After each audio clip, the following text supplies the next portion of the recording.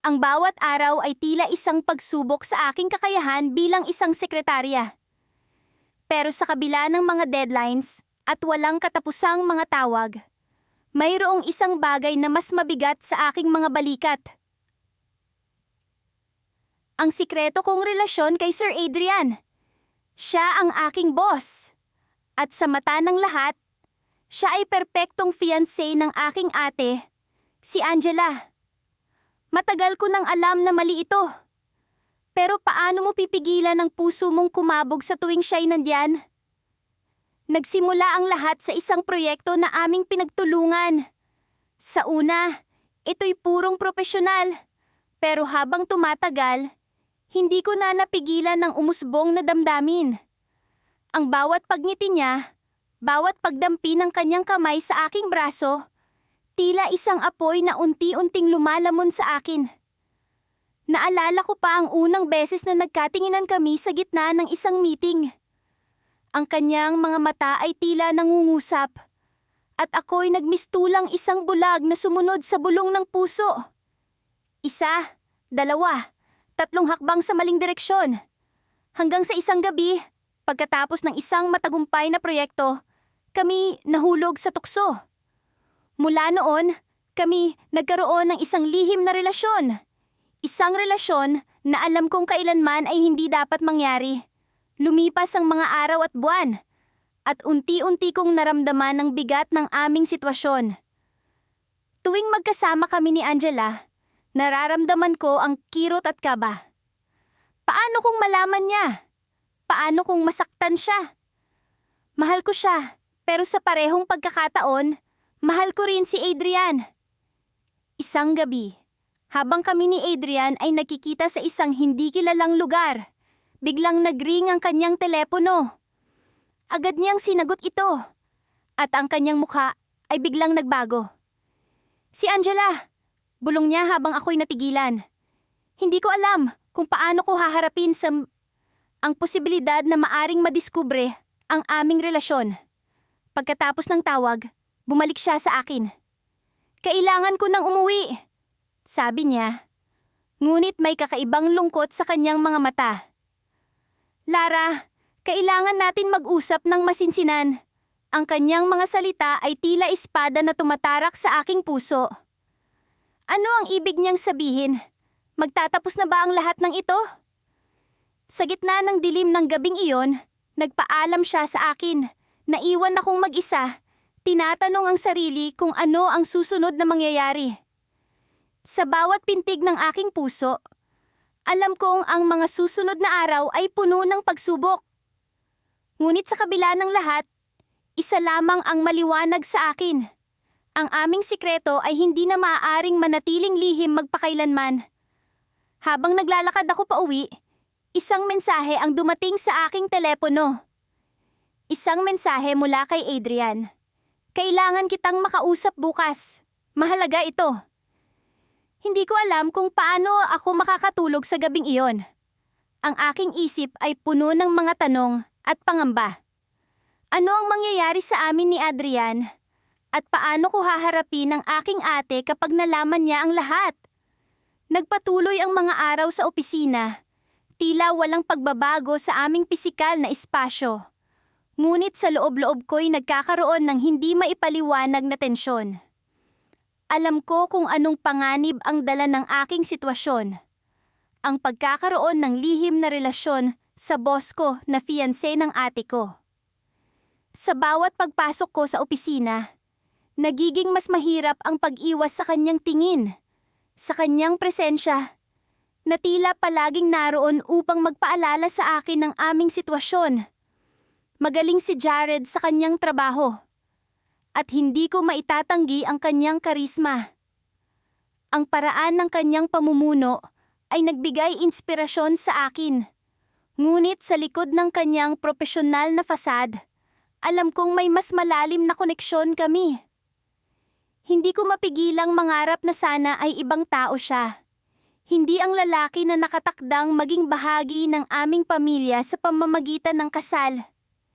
Isang araw, habang abala ako sa pag-aayos ng mga dokumento para sa isang mahalagang pulong, bigla siyang pumasok sa aking cubicle. Ang kanyang presensya ay lumikha ng kaguluhan sa aking puso. Ngunit pinilit kong maging kalmado.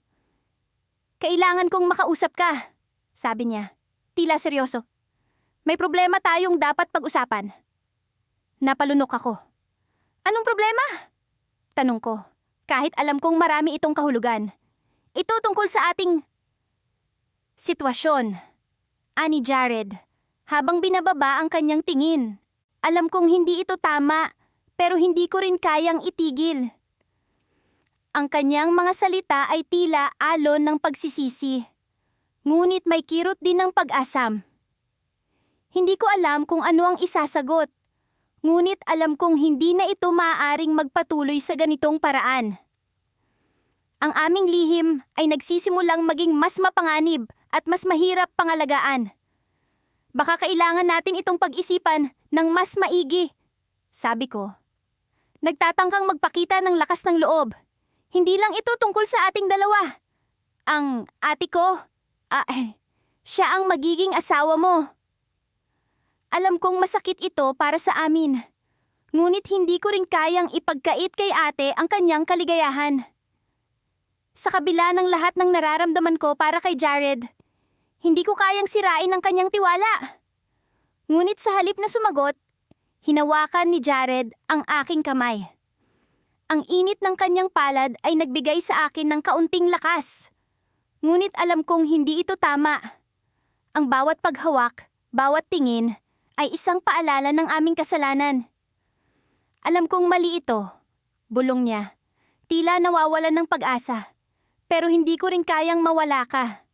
Bago pa man ako makapag-isip ng tamang sagot, biglang bumukas ang pinto ng aking cubicle. Si ate, nakangiti at tila walang kamalay-malay sa aming sitwasyon, ay pumasok. "Hi sis!" Masayang bati niya. "Nandito pala si Jared. Perfect timing.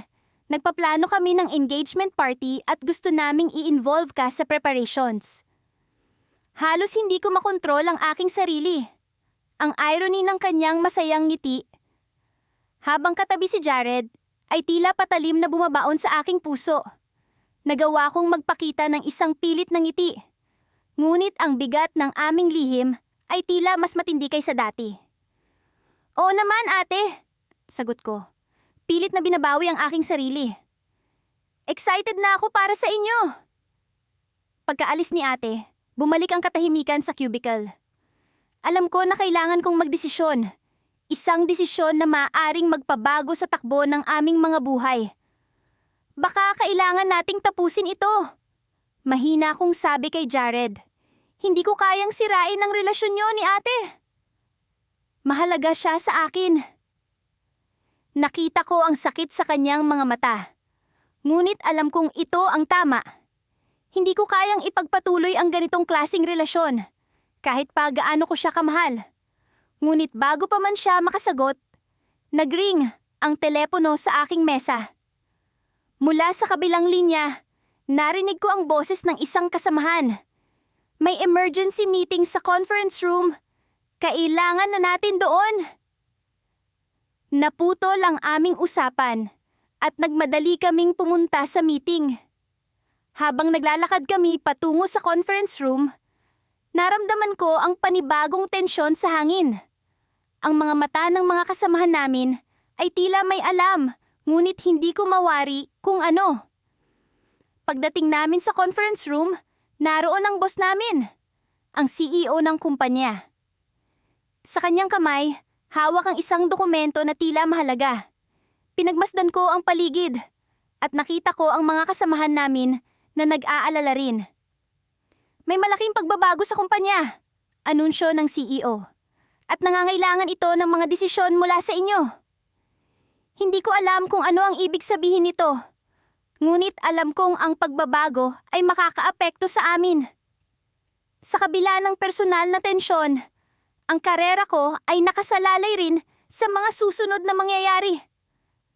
Habang nakikinig ako, naramdaman ko ang tingin ni Jared sa akin. Sa kabila ng lahat, alam kong hindi pa ito ang katapusan ng aming kwento.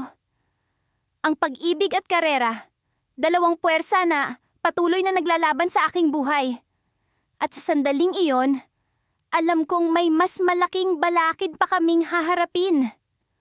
Mula nang malaman ko ang tungkol sa nalalapit na kasal ng ate ko at ni Marco, ang boss ko at lihim kong kasintahan, hindi na ako mapakali. Kahit anong pilit kong itago ang nararamdaman, hindi ko maikubli ang bigat na dinadala ng aking puso. Sa bawat oras na magkasama kami ni Marco sa opisina, tila ba may nakabiting tanikala sa aking leeg, nagbabantang sumakal sa akin anumang oras. Ngayong umaga, habang umiinom ako ng kape sa pantry, inabutan ako ni Marco. Nakangiti siyang lumapit at mahinang bumulong. Pwede ba kitang makausap mamaya? May kailangan tayong pag-usapan. Tumango lang ako, kahit ramdam ko ang kaba sa aking dibdib. Alam kong hindi ko na pwedeng patagalin pa ang sitwasyon. Kailangan ko nang magdesisyon. Ang ipaglaban ang aming relasyon o tuluyan ng kalimutan ng lahat. Pagdating ng tanghali, nagkita kami sa isang tahimik na kafe malapit sa opisina. Umupo kami sa isang sulok kung saan walang makakakita sa amin. Ano bang meron? Tanong ko. Pilit na itinatago ang panginginig ng aking boses. Alam kong mahirap ito para sa'yo. Panimula ni Marco. Hawak ang aking kamay. Pero kailangan nating mag-usap tungkol sa atin. Paano mo nagawang itago ito sa akin? Ang tanong ko. Hindi na makayanan ng bigat ng aking damdamin. Ate ko siya, Marco. Paano mo nagawang lokohin kami ng ganito? Hindi siya agad nakasagot. Puno ng pagsisisi ang kanyang mga mata. Hindi ko rin alam, pero mahal kita. Hindi ko inaasahan na magiging ganito kahirap ang lahat. Sa kabila ng sakit, naramdaman ko ang katotohanan sa kanyang mga salita. Mahal ko rin siya, pero alam kong hindi ito tama. Alam mong hindi pwede, Marco. Hindi pwede. Mahabang katahimikan ang namagitan sa amin. Tila ba ang bawat segundo'y naging isang makapal na ulap ng aalinlangan at takot. Sa wakas, siya ang bumasag sa katahimikan. May paraan pa para maituwid natin ito. Kausapin natin ang ate mo. Ipaliwanag natin ang lahat. Hindi ko kayang saktan ng pamilya ko. Sagot ko. Mahal ko ang ate ko at ayokong maging dahilan ng pagkawasak ng kanyang kaligayahan. Ngunit bago pa man siya makapagsalita, biglang pumasok ang isang pamilyar na boses mula sa aming likuran. Anong ginagawa niyo dito? Tanong ng aking ate. Nanlalaki ang mga mata. Nanlumo ako. Ang ate ko, narito sa parehong kafe, nakatayo sa aming harapan, puno ng pagtataka at pagdududa. Hindi ko alam kung paano ko siya haharapin. Irene? Nauutal kong sabi. Hindi maipinta ang aking muka. Tinitigan kami ng ate ko. Tila ba sinusuri ang bawat kilos namin. Anong ibig sabihin nito? Walang lumabas na salita mula sa aking bibig. Si Marco ang naglakas loob na magsalita. Irene, kailangan mong malaman ang totoo. Kami ng kapatid mo. Hindi pa man natatapos ang kanyang sasabihin. Agad na tumakbo ang ate ko palabas ng kafe. Sinundan ko siya. Ngunit huli na ang lahat. Nakalayo na siya bago ko pa man siya matawag. Pagbalik ko sa mesa, doon ko naramdaman ang bigat ng sitwasyon. Nakatitig si Marco sa akin, puno ng pagsisisi at panghihinayang. Kailangan nating ayusin ito, sabi niya, puno ng determinasyon. Pero paano? Tanong ko, halos mawalan na ng pag-asa. Paano natin maitatama ang lahat ng ito? Hindi siya sumagot agad. Sa halip, inilabas niya ang isang maliit na kahon mula sa kanyang bulsa at inilapag ito sa mesa. Ito sana ang binalak kong ibigay sa'yo. Nagulat ako. Isang singsing, isang alok ng pagmamahal at isang pangako. Ngunit sa kabila ng kanyang magandang intensyon, lalo lamang naging komplikado ang sitwasyon. Marco, hindi ko kayang tanggapin yan, sabi ko.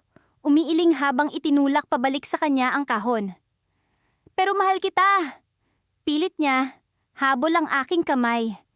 Hindi ba't pwede nating ayusin ito? Bago pa man ako makasagot, biglang may dumating na tawag sa aking telepono. Si Mama. Anak, umuwi ka na. May nangyari kay Irene.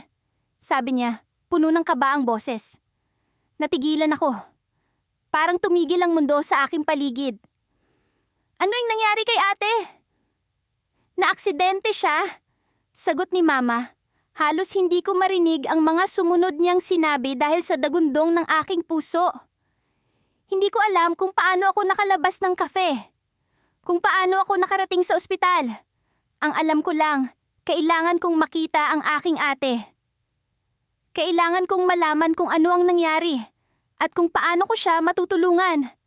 Sa labas ng emergency room, nakita ko si Mama, umiiyak habang yakap ang aking ama. Anak, bakit? Tanong ni Mama nang makita ako. Anong nangyari sa inyo ng ate mo? Hindi ko alam kung paano ko siya sasagutin. Hindi ko alam kung paano ko ipapaliwanag ang lahat. Pero isa lang ang sigurado ko. Kailangan kong gawin ang lahat para maitama ang mga pagkakamali ko. Kahit pa ang ibig sabihin nito'y isakripisyo ang aking sariling kaligayahan. At doon, habang nakatayo sa harap ng pinto ng emergency room, nagpasya akong harapin ang lahat ng ito. Ang pagmamahal ko kay Marco, ang relasyon ko sa aking pamilya, at ang katotohanan ng mga desisyong ginawa ko. Sa pagkakataong ito, kailangan kong maging matatag para sa kanila at para sa akin. Nang umagang iyon, dumating ako sa opisina na may halong kaba at pananabik. Alam kong ito na ang araw na kailangan kong harapin ang katotohanan. Habang naglalakad ako papunta sa aking mesa, napansin kong nakatingin sa akin ang mga kasamahan ko. Mga matang tila ba mag-aabang ng bagong balita o tsismis. Ang opisina ay tila isang entablado. At ako ang pangunahing tauhan sa isang dula na hindi ko alam kung paano nag-umpisa. Nang makalapit ako sa mesa ko, naramdaman ko agad ang bigat ng mga mata ni Ethan. Siya ang boss ko at siya rin, sa mahabang panahon, ang lihim kong kasintahan. Ngunit higit sa lahat, siya rin ang fiancé ng ate ko, si Carla. Ang katotohanan ito ay mahirap tanggapin. Ngunit sa puso ko, alam kong may mali sa sitwasyong ito. Hindi ko na kayang itago pa ang aming relasyon. Ngunit paano ko ito sasabihin kay Carla? Paano ko sasabihin sa kanya na ang lalaking minamahal niya ay ang lalaking lihim kong kinakasama? Habang abala ako sa pag-aayos ng mga dokumento, naramdaman kong lumapit si Ethan. Kailangan nating mag-usap, bulong niya sa akin. Tumango lang ako at sinundan siya papunta sa conference room. Nang isara niya ang pinto, ramdam ko ang bigat ng sitwasyon. Hindi ko alam kung saan magsisimula, pero alam kong kailangan na itong matapos. Ethan, hindi na natin kayang itago ito. Sabi ko, sinubukan kong maging matatag, kahit na ang puso ko'y tila pinipiga. Alam kong may nararamdaman ka rin para sa akin. Hindi ko na kayang ituring ito na simpleng lihim lang. Tumitig siya sa akin, at sa unang pagkakataon, nakita ko ang takot sa kanyang mga mata. Alam ko, pero paano si Carla? Hindi ko siya kayang saktan. At higit sa lahat, paano ang ating mga karera? Natawa ako, kahit na ang sitwasyon ay seryoso. Love versus career, Ethan? Totoo nga bang ito ang pinagpipilian natin? Alam kong mas malalim pa rito ang usapan. Ang tanong ay hindi lamang tungkol sa pag-ibig o karera, kundi kung paano namin haharapin ang mga desisyon na gagawin namin. May paraan ba para hindi siya masaktan? Tanong ko. Kahit na alam kong walang madaling paraan. Alam kong sa anumang desisyon, may masasaktan at may mawawala. Siguro kailangan nating maging totoo sa kanya. Sagot niya. Ngunit halata ang pag-aalinlangan sa kanyang boses. Pero hindi ko alam kung paano. Alam kong mahalaga ako sa kanya. At mahalaga rin siya sa akin. Pero ikaw rin ay mahalaga sa akin. Habang nag-uusap kami, biglang bumukas ang pinto at pumasok si Carla. Nagulat kami pareho ni Ethan. Nakita ko ang gulat sa mukha ni Carla. Ngunit bago pa man siya makapagsalita, biglang pumasok si Mr. Gomez, ang CEO ng kumpanya. "Good morning!" Bati niya. Hindi alintana ang tensyon sa kwarto.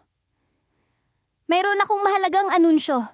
Ethan, ikaw ang napili para sa promotion bilang Vice President." "Congratulations!" Napatigil ako. Ang promotion na iyon ay matagal nang pinapangarap ni Ethan. Alam kong isa ito sa mga dahilan kung bakit siya nagdesisyon na itago ang aming relasyon. Ngunit sa sandaling iyon, higit pa sa saya ang naramdaman ko. Alam kong ito rin ang magiging dahilan para mas lalo kaming mahirapan ni Ethan sa aming sitwasyon. Habang abala si Ethan sa pagtanggap ng pagbati mula kay Mr. Gomez at ni Carla, lumabas ako ng conference room na puno ng emosyon. Sa kabila ng saya para kay Ethan, ramdam ko ang lungkot sa nalalapit na desisyon. Sa labas ng opisina, huminto ako at nag-isip. Ang mga pangarap ko, ang karera ko, at ang pag-ibig ko para kay Ethan, lahat ay nagbabanggaan sa isang malaking buhawi ng emosyon. Habang naglalakad ako pauwi, nakatanggap ako ng mensahe mula kay Ethan. "Kailangan nating mag-usap mamaya.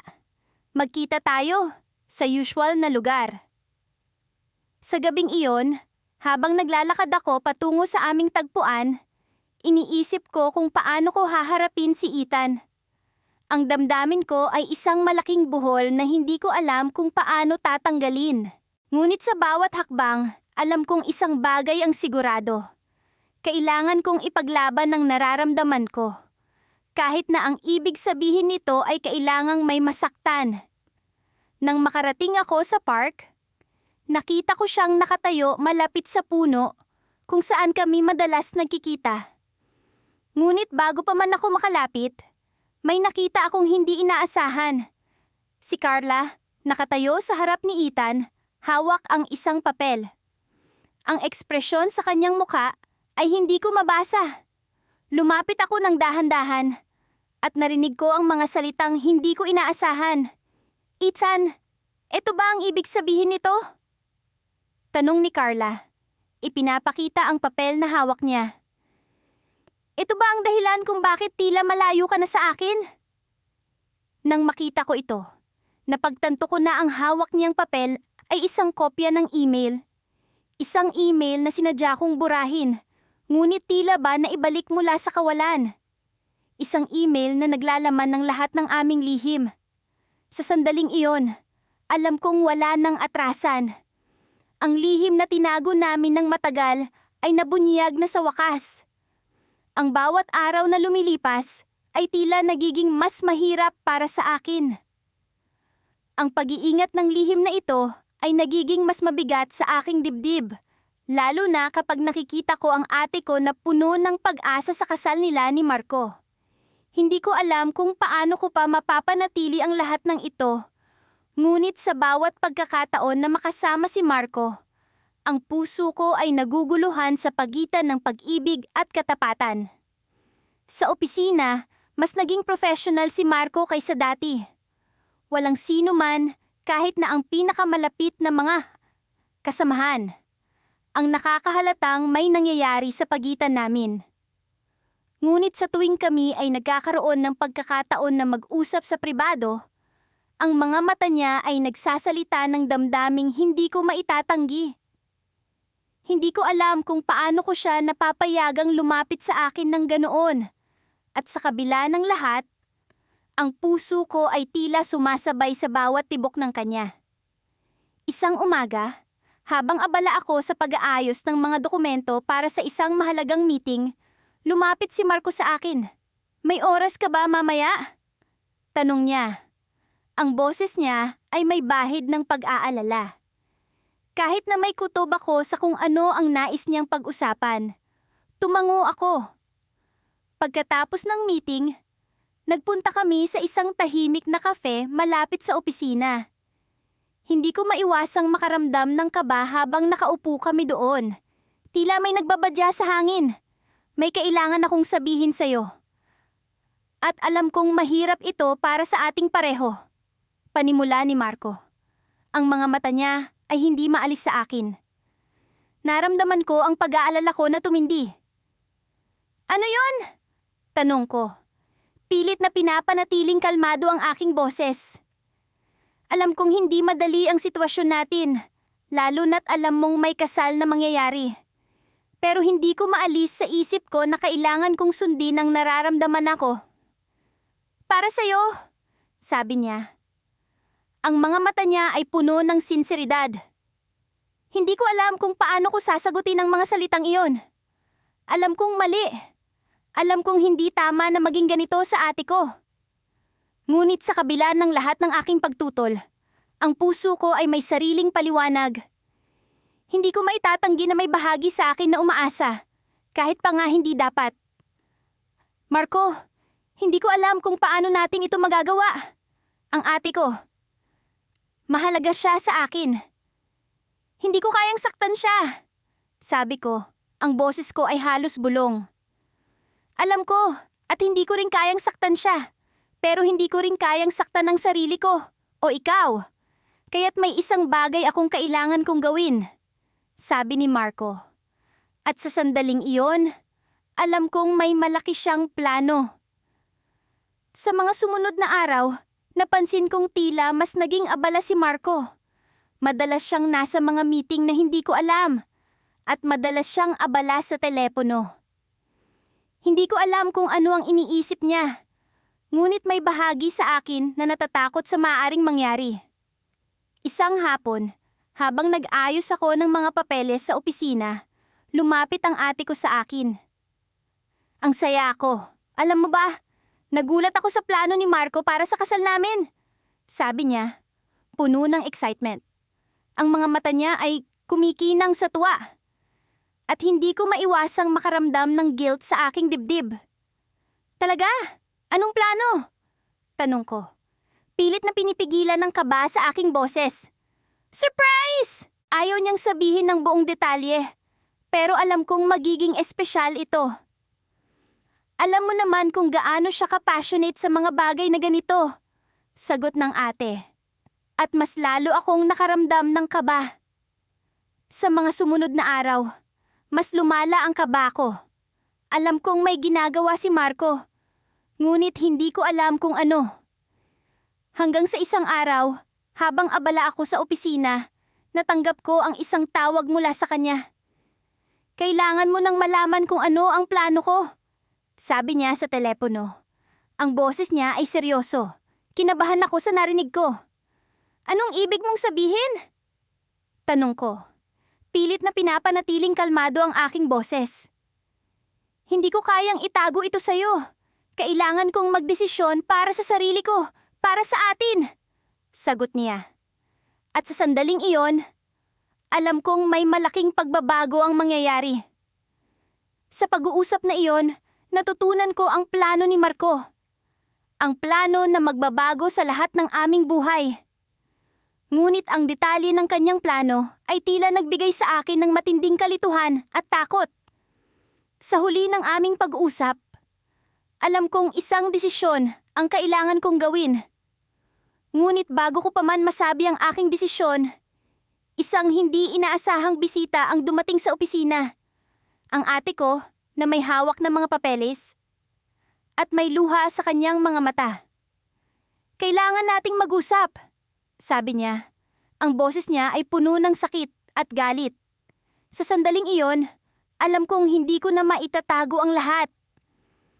Ang lahat ng lihim ay unti-unting lalabas. At ang desisyon na aking gagawin ay magbabago sa lahat ng aming buhay. Hindi ko alam kung paano ko haharapin ang lahat ng ito.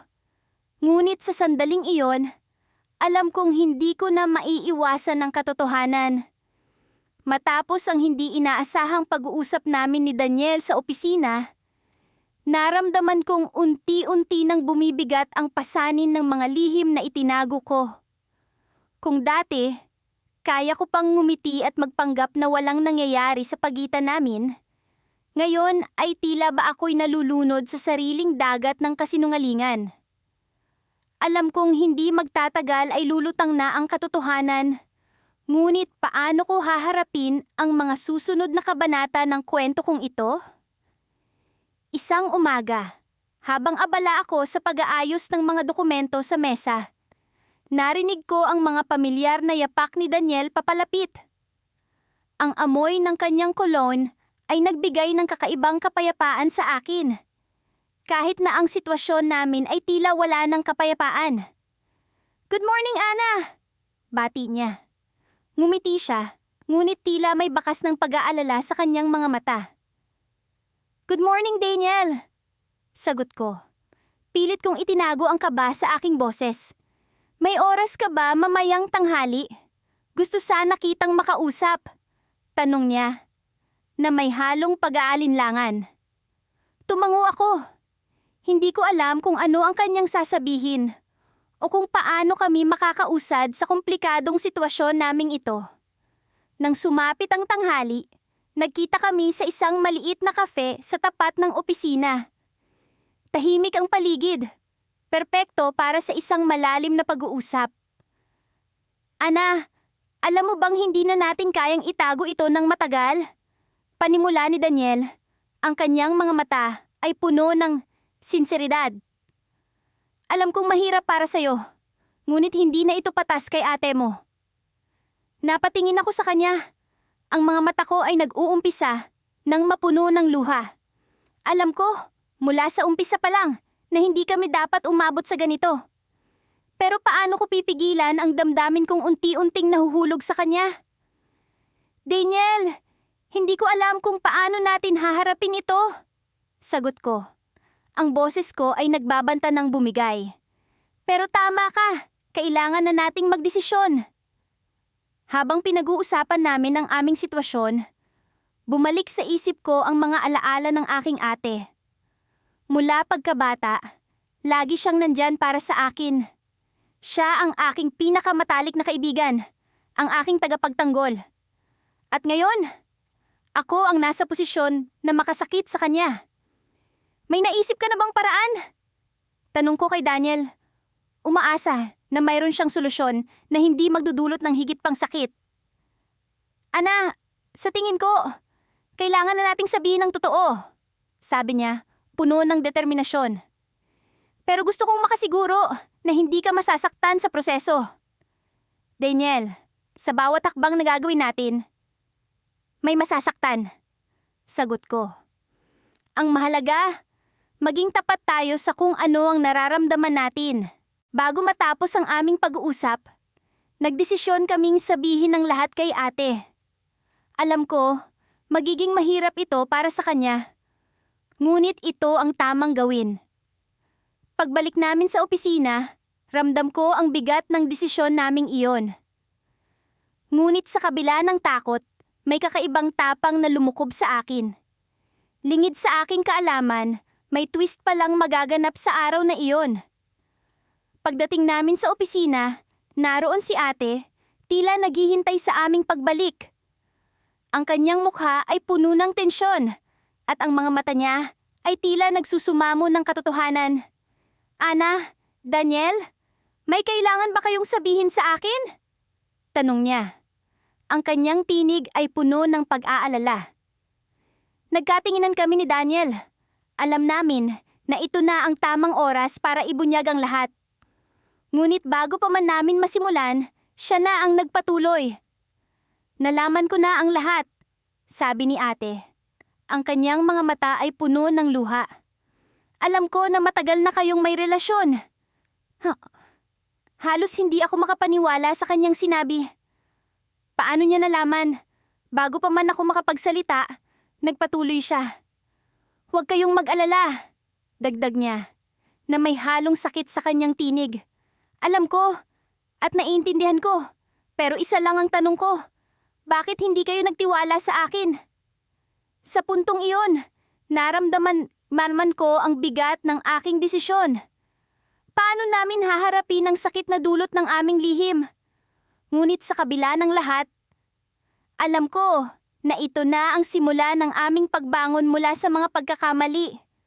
Ang twist sa aming sitwasyon ay hindi lamang ang pagkakatuklas ni ate sa aming lihim, ngunit ang kanyang pag-unawa sa aming kalagayan. Paano namin isusulong ang aming relasyon nang hindi nasisira ang aming pamilya? Sa kabila ng kasalukuyang suliranin, alam ko na may pag-asa pa rin para sa aming lahat. Ngunit sa likod ng aking isip, may bumabagabag na tanong. Ano nga ba ang tunay na nararamdaman ni ate tungkol dito? Sa kanyang mga mata, may lihim na hindi ko pa rin maaninag. Habang nakaupo ako sa aking mesa, nagmumuni-muni tungkol sa mga nangyari sa nakalipas na linggo, hindi ko maiwasang makaramdam ng bigat sa aking dibdib. Ang relasyon namin ni Sir Adrian, ang boss ko, ay isang lihim na nagbigay sa akin ng kaligayahan, ngunit kasabay nito'y bumabagabag sa aking konsensya. Sa tuwing nagkikita kami sa opisina, kailangan kong ipakita ang propesyonal na mukha ng isang sekretarya. Habang sa gabi, kami nagiging magkasintahan na parang walang ibang tao sa mundo. Ang masalimuot na sitwasyon ay lalong pinasama nang malaman kong siya ang fiancé ng aking ate, si Clara. Isang revelasyon na nagpabagsak sa akin. Ang mga alaala ng kanilang engagement party na hindi ko nadaluhan dahil sa hindi sinasadyang pagkaka-confine sa hospital ay patuloy na bumabalik sa akin, nagdadagdag sa pagkalito at takot. Paano ko ito sasabihin kay ate? Paano ko haharapin ang katotohanan na ang taong mahal ko ay nakatakdang pakasalan ng aking kapatid? Sa gitna ng aking pag-iisip, biglang bumukas ang pintuan ng opisina at pumasok si Sir Adrian. Agad kong inayos ang aking sarili. Pinilit na itago ang tunay na damdamin sa likod ng maskara ng pagiging propesyonal. Ngumiti siya sa akin. Isang ngiti na dati ay nagpapabilis ng tibok ng puso ko. Ngunit ngayon ay nagbibigay ng sakit at kaba. May oras ka ba mamaya? Tanong niya. Ang kanyang boses ay may halong lambing at pag-aalala. Oo, sir. Ang sagot ko, pilit na pinapanatili ang malamig na tono. Sa penthouse? May kailangan tayong pag-usapan. Tumango ako. Alam kong hindi ko maiiwasan ang pag-uusap na iyon. Sa kabila ng takot, may bahagi sa akin na nais malaman kung paano niya haharapin ang sitwasyon. Sa buong maghapon, hindi ko maiwasang mangarap ng kung ano ang mangyayari. Nais ko sanang makahanap kami ng solusyon. Ngunit sa bawat oras na iniisip ko ang posibilidad na masaktan si ate, unti-unti akong nanghihina. Pagsapit ng gabi, nagpunta ako sa penthouse ni Sir Adrian. Pagpasok ko, sinalubong niya ako ng yakap. Isang yakap na dati nagbibigay sa akin ng kapanatagan, ngunit ngayon ay tila isang kulungan. Umupo kami sa sofa, at makikita ko sa kanyang mga mata ang determinasyon na hindi ko pa nakikita noon. Alam kong mahirap ito para sa iyo, para sa ating dalawa. Simula niya, hawak ang aking kamay, ngunit hindi ko nakaya ang ganitong sitwasyon. Mahal kita, at hindi ko kayang itago ito habang nakatali sa isang kasal na hindi ko ginusto. Naramdaman ko ang init ng kanyang kamay, isang patunay ng kanyang sinseridad. Ngunit kasabay ng kanyang mga salita, ramdam ko ang bigat ng responsibilidad na dala ng aming sitwasyon. Paano si ate? Tanong ko. Ang boses ko'y puno ng kaba. Mag-uusap kami ni Clara. Kailangan kong maging tapat sa kanya. Sagot ni Adrian. Ang kanyang boses ay puno ng determinasyon. Hindi ko siya kayang lokohin. Alam kong masakit ito. Ngunit mas magiging masakit kung ipagpapatuloy ko ang kasal na ito na may kasinungalingan. Hindi ko alam kung paano magre-react. Sa isang banda, gusto kong marinig ang mga salitang iyon. Ngunit sa kabilang banda, alam kong ang desisyon na ito ay magdudulot ng sakit sa aking pamilya, lalo na kay ate. Habang nag-uusap kami, biglang nagring ang telepono ni Adrian. Agad niyang sinagot ito.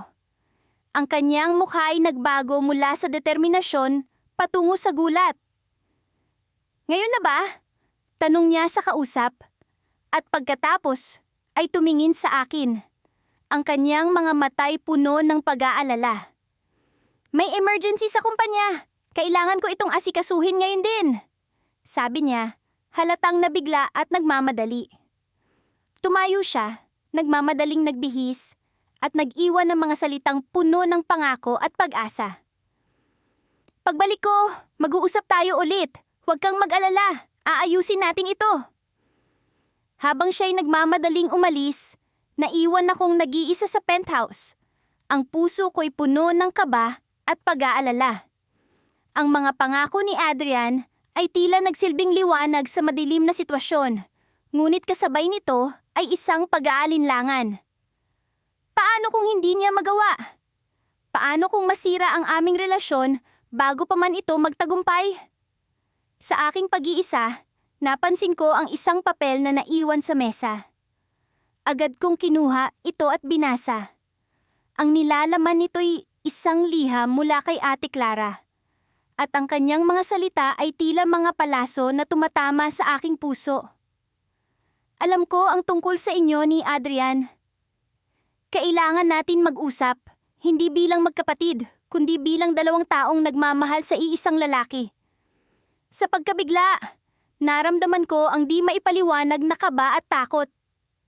Hindi ko alam kung paano haharapin ang paparating na pag-uusap. Ang twist na ito'y tila isang cliffhanger sa aking buhay, isang isang tanong na walang kasiguraduhan ng sagot. Paano ko haharapin si ate? Paano ko ipagtatanggol ang aking nararamdaman habang iniintindi ang sakit na hatid nito sa kanya? Sa paglipas ng oras, naramdaman ko ang malamig na simoy ng hangin mula sa bintana. Tila nagsisilbing paalala na ang kinabukasan ay puno ng hindi inaasahang mga pangyayari. Sa mga araw na lumipas, unti-unti kong naramdaman ang bigat ng sitwasyon ko sa pagitan ni Marco, ang boss ko at ni Ate Lisa, ang kanyang fiancé. Parang bawat segundo sa opisina ay may naglalakbay na bulong sa hangin. Mga tanong sa isip ko na hindi ko pa rin mahanapan ng sagot. Paano ko nga ba napasok sa ganitong komplikadong sitwasyon? Umaga ng Lunes, habang nagkakape kami ni Marco sa aming regular na meeting para sa lingguhang plano ng kumpanya. Hindi ko mapigilang mapansin ang kakaibang ningning sa kanyang mga mata. Parang may lihim siyang kinikimkim, isang lihim na hindi ko mabasa. Sinubukan kong itago ang kaba sa dibdib ko. Maging kalmado sa kabila ng mga tanong sa isip ko. Maya, may kailangan akong sabihin sa'yo, sabi ni Marco habang nag-aayos ng kanyang kurbata. Ramdam ko ang pag-aalinlangan sa kanyang boses, isang bagay na hindi ko madalas marinig mula sa kanya. Nagulat ako. Hindi siya ang tipo ng tao na basta-basta na lang nag-aalala o nag-aalinlangan. Kaya naman, nagbigay ito ng kakaibang tensyon sa pagitan namin. Oo, Marco, ano yon? Tanong ko. Pilit nang umiti habang iniipit ang takot na unti-unting bumabalot sa akin. Naisip ko, baka tungkol ito sa trabaho, pero may parte sa akin na nagsasabing may mas malalim pa siyang nais ipahayag. Maya, alam mo naman na malapit na ang kasal namin ni Liza, di ba? Pero may kailangan akong ipagtapat, sabi niya. At doon ko naramdaman ang bigat ng kanyang mga salita. Parang bumagal ang oras. Ang mga tiktak ng orasan ay ang tanging naririnig ko sa loob ng aming opisina. Maya, hindi ko alam kung paano ko ito sasabihin. Pero hindi ko na yata kayang ituloy ang kasal, sambit ni Marco. Ang kanyang mga mata ay tila puno ng pag-alinlangan, pero may bahid ng determinasyon. Ang mga salitang iyon ay bumagsak sa akin na parang bomba. Hindi ko alam kung paano ko haharapin. Bakit, Marco? Anong nangyari? Tanong ko. Hindi makapaniwala sa narinig ko. Hindi ko alam kung dapat ba akong matuwa o malungkot para kay Ate Lisa. Ang kanyang kasal ay matagal na niyang pinangarap. At hindi ko alam kung paano ko siya mahaharap sa ganitong sitwasyon. May nararamdaman ako para sa ibang tao, Maya. Hindi ko na kayang itago ito. Pag-amin ni Marco. At hindi ko alam kung paano ko haharapin ang susunod niyang sasabihin. Ang kanyang mga mata ay nakatingin sa akin. Tila may sinasabi ang kanyang puso na hindi kayang ipahayag ng kanyang mga labi. Maya, ikaw ang tinutukoy ko, sabi niya. At doon ko na naramdaman ang pag-aalab ng damdamin ko. Hindi ko alam kung paano ko haharapin ito. Ang boss ko, ang fiancé ng ate ko, ang taong matagal ko nang iniwasan na mahalin, ay nagtatapat ng nararamdaman para sa akin. Hindi ko alam kung ano ang dapat kong sabihin. Ang sitwasyon ay masyadong komplikado para sa akin. Ramdam ko ang bigat ng responsibilidad na hindi ko inaasahan. Gustong-gusto kong sabihin sa kanya na hindi ko siya maaaring mahalin, pero ang puso ko ay tila may sariling isip. Marco, hindi ko alam kung paano ko haharapin ito. Mahal kita, pero hindi ko kayang wasakin ang kasal niyo ni Ate Liza. Pag-amin ko. At doon ko naramdaman ang pagkalito sa kanyang mga mata. Alam kong mahalaga siya sa akin. Pero hindi ko kayang maging dahilan ng pagkasira ng relasyon nila ni ate. Maya, hindi ko alam kung paano ko haharapin ito. Pero hindi ko kayang ituloy ang kasal kung ang puso ko ay nasa iyo, sabi niya. At doon ko naramdaman ang bigat ng kanyang desisyon. Alam kong hindi ito madali para sa kanya. Pero hindi ko rin alam kung paano ko siya susuportahan sa desisyon niyang ito. Sa gitna ng aming pag-uusap, biglang bumukas ang pinto. At si Ate Liza ay pumasok. Bitbit ang isang kahon ng mga gamit para sa kasal. Ang kanyang mga mata ay puno ng saya. Hindi alam ang nangyayari sa pagitan namin ni Marco. Parang isang cliffhanger sa pelikula. Hindi ko alam kung paano ko haharapin ang susunod na eksena. Maya! Marco! May sorpresa ako sa inyo! Sabi ni Ate Liza. At doon ko naramdaman ang pag-aalinlangan sa puso ko. Hindi ko alam kung paano ko haharapin ang sitwasyong ito. Pero ramdam ko na ang lahat ay magbabago sa isang iglap. Sa gitna ng kanyang kasiyahan, iniisip ko kung paano ko haharapin ang sitwasyong ito. Ang twist ng kwento namin ay parang isang malaking puzzle na hindi ko pa alam kung paano bubuuin. Ang bawat hakbang ay tila may kalakip na responsibilidad na hindi ko pa kayang harapin. Sa mga susunod na araw, alam kong haharapin ko ang pinakamahirap na desisyon sa buhay ko. Sa bawat hakbang ko papasok sa opisina, dama ko ang bigat ng mga lihim na itinatago ko. Mula sa relasyon namin ni Adrian, na boss ko at fiancé ng ate ko, hanggang sa tunay na damdamin ko para sa kanya, lahat ay tila isang malaking bomba na handang sumabog anumang oras. Ngunit sa kabila ng lahat, pilit kong pinanatili ang profesionalismo sa aming trabaho. Kailangan kong maging matatag. Umaga noon at naglalakad ako papunta sa opisina ni Adrian para iabot ang mga dokumento na kailangang pirmahan. Kumakatok ako sa pinto, ngunit walang tugon. Sinubukan kong bumalik sa aking desk. Ngunit may isang bagay na nagtulak sa akin na pumasok. Dahan-dahan kong binuksan ang pinto at nakita ko siyang nakaupo. Nakayuko sa kanyang lamesa. Tila malalim ang iniisip. Adrian? Tawag ko, malumanay, ngunit puno ng pag-aalala. Napatingin siya sa akin, ang mga mata niya ay puno ng pagod at pagkabalisa. Oh, Ana! Pasensya na, hindi kita narinig. Anong kailangan mo? Ito ang mga dokumentong kailangan mong pirmahan. Sagot ko, habang inilalagay ang mga papel sa kanyang harapan. Pero, mukhang may bumabagabag sa'yo. May problema ba? Tumingin siya sa akin. Tila nagdadalawang isip kung sasabihin ba o hindi. Ana, may kailangan akong aminin sa'yo. Hindi ko alam kung paano ko ito sasabihin sa ate mo.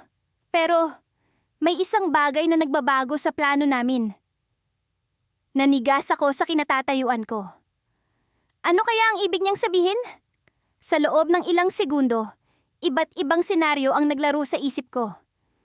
Adrian, anong ibig mong sabihin? Tanong ko, puno ng kaba. May ipapakita ako sa'yo. Hinila niya ang isang maliit na kahon mula sa drawer ng kanyang mesa. Binuksan niya ito at sa loob ay isang pares ng singsing. Ang isa ay ang engagement ring ni ate at ang isa ay isang bagong singsing. Mas simple, ngunit may kakaibang kinang. Adrian, ano ito? Tanong ko. Pilit na pinipigil ang panginginig ng boses ko. Hindi ko na alam kung paano ko sasabihin sa ate mo ang tungkol dito. Ana, sa tagal ng mga nangyari, sa dami ng mga pinagsamahan natin, hindi ko na sigurado kung tama pa bang ituloy ang kasal namin ni ate mo. May nararamdaman ako para sa'yo na hindi ko na kayang ipagwalang bahala. Parang biglang tumigil ang oras. Ang mga salitang binitiwan niya ay parang mga palaso na tumama sa aking puso. Hindi ko alam kung ano ang dapat kong maramdaman. Tuwa ba o takot? Mula sa simula, alam kong mali ito. Ngunit hindi ko mapigilan ang damdamin ko para sa kanya. Adrian, hindi ito tama. Sagot ko. Pilit na tinatago ang pagkalito at sakit sa tono ko. Ate ko ang fiancé mo. Hindi ko kayang lokohin siya. I know, Ana. I know. Pero hindi ko na kayang itago ito. Hindi ko na kayang lokohin ang sarili ko. Kailangan kong magdesisyon at gusto kong malaman mo na mas mahalaga ka sa akin kaysa sa anumang bagay. Sa kabila ng mga salitang iyon, alam kong mahirap ang magiging desisyon ko. Iniwan ko siya sa kanyang opisina, dala ang mga dokumento na hindi pa niya napipirmahan. Hindi ko alam kung paano ko haharapin ang sitwasyon. Ang kasal ni ate ay ilang buwan na lang. At kung ano ang gagawin ko ay magdudulot ng mas malaking komplikasyon sa pamilya namin. Habang naglalakad ako pabalik sa desk ko, biglang tumunog ang cellphone ko. Isang mensahe mula kay ate. Ana, kailangan nating mag-usap. May nalaman ako tungkol sa engagement namin ni Adrian. Bigla akong natigil sa paghinga. Anong nalaman ni ate? Ang mundo ko ay tila biglang bumagsak. Dumiretso ako sa restroom, dala ang cellphone, at sinubukang tumingin sa salamin. Paano ko haharapin ang ate ko? Sa dulo ng hallway, nakita ko si Adrian na nakatingin sa akin mula sa pintuan ng kanyang opisina. Ang mga mata niya ay puno ng pag-aalala. Nagkatinginan kami, puno ng mga tanong na hindi pa nasasagot. Ang desisyon ko ay maghahatid ng malaking pagbabago sa aming buhay. Sa pagitan ng pagmamahal at pamilya, saan ako lulugar? Ang oras ay patuloy na tiktok at ang bawat segundo ay nagdadala sa akin sa isang hindi maiiwasang sagupaan. Sa sulok ng restroom, isang bagong mensahe ang dumating. Ana, hindi ko na alam kung paano ko sasabihin sa'yo, pero nakita ko ang singsing sa drawer ni Adrian. Hindi ko alam kung anong ibig sabihin nito. Please, sabihin mo sa akin ang totoo. Sa isang iglap, alam ko na ang oras ng katotohanan ay dumating na. Ang cliffhanger ay nasa harapan ko na. Ang desisyon ay nasa kamay ko. At ang mundo ko ay nasa bingit ng pagbabago. Sa loob ng halos isang taon, naging bahagi na ng pang-araw-araw kong buhay ang pagbabalanse ng aking papel bilang sekretarya ni Lucas. Ang boss kong may malalim na ugnayan sa aming pamilya. Sa kabila ng mga pagkakakilala sa kanya bilang fiancé ng ate ko, si Lucas din ang taong lihim kong minamahal.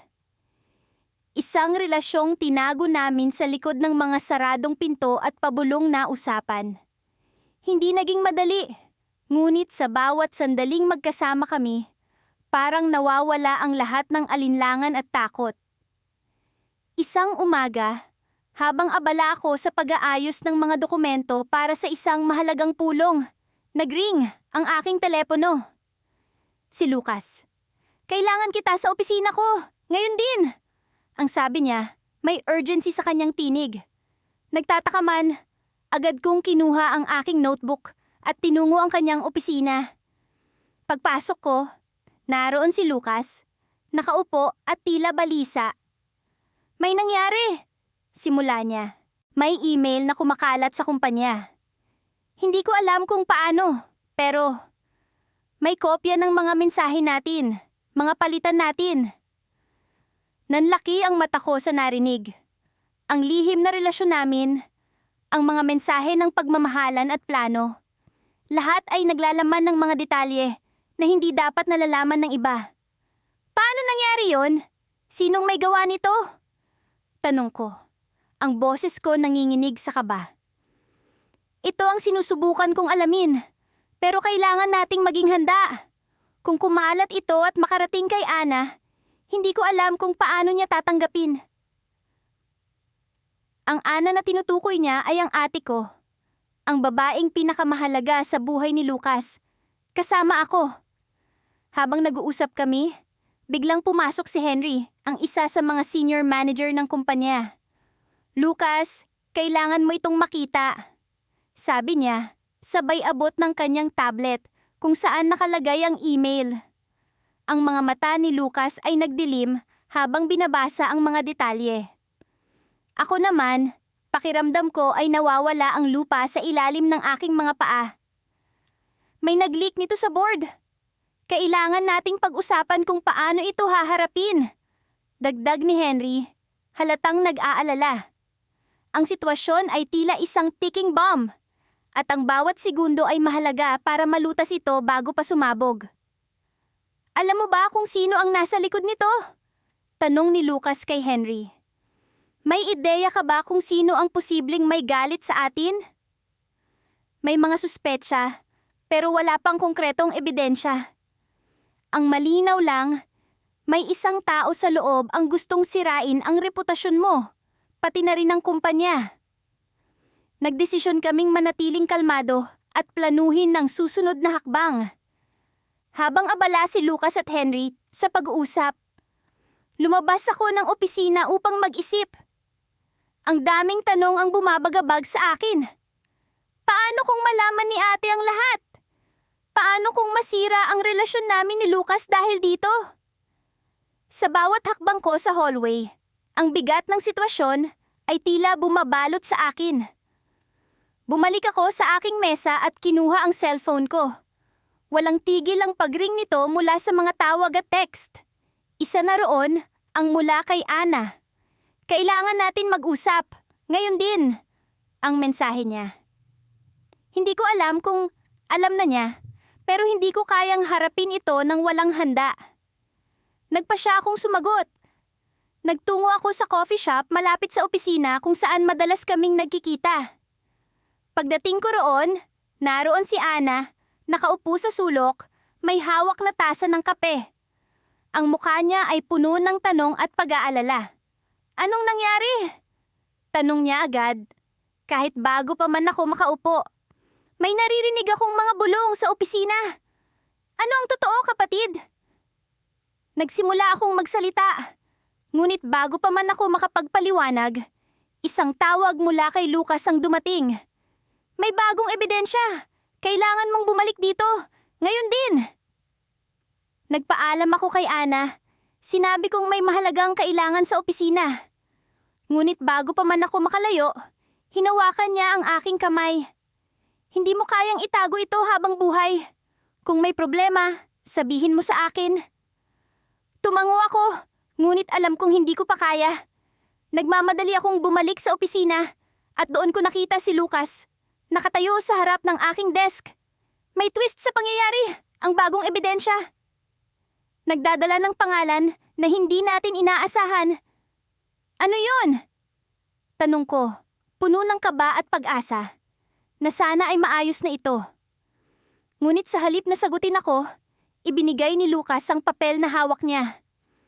Ang pangalan na naroon ay nagpatigil sa aking paghinga. Ang taong nasa likod ng lahat ng ito ay isang malapit na tao, isang trabahador na hindi ko akalaing magtatangkang sirain kami. Napatingin ako kay Lucas. Ang mga mata niya ay puno ng pagsisisi at pag-aalala. Ang twist ay mas malalim pa kaysa sa inaakala namin. Ang cliffhanger sa harap namin ay hindi lang tungkol sa relasyon namin ni Lucas, kundi pati na rin sa katotohanan na ang taong pinagkakatiwalaan namin ay siya palang may balak na sirain ang lahat.